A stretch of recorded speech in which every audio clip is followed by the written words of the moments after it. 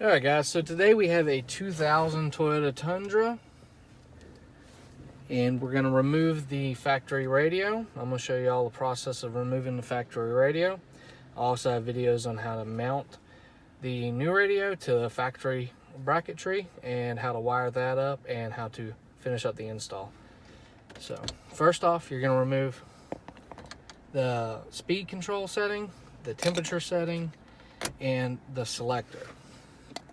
Now these do break very easy, like this one was already broken, so just a heads up.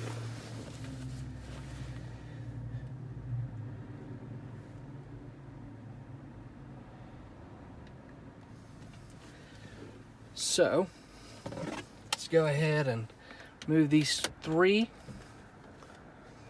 Phillips head.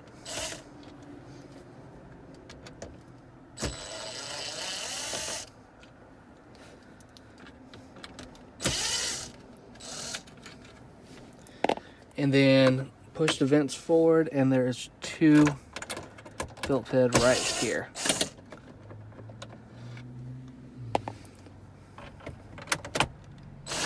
Whoops.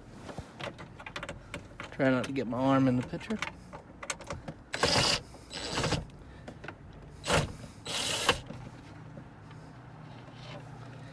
Alright.